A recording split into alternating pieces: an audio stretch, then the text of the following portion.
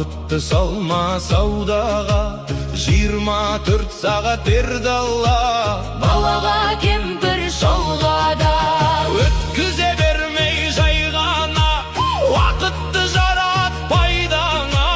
24 сағат тең уақыт, берілген кедей байға да. Уақытты жарат пайдаңа, қолыңды босқа байлама. 24 сағат сенде де, 24 сағат Байдана. Осыған досым не дейсің? Өзіңді кімге теңейсің?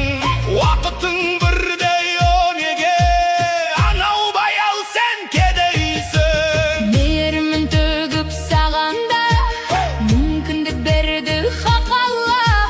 Денсаулық пенен уақытты берген ғой тегін адамға.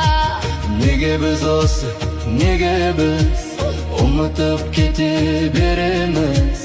Денсаулық пенен уақыттың қадірін білмей келеміз. Оңымнан туып тұрса айым, уақытты дұрыс жұмсайын. Несие уақыт берілген, 24 сағат күн сайын.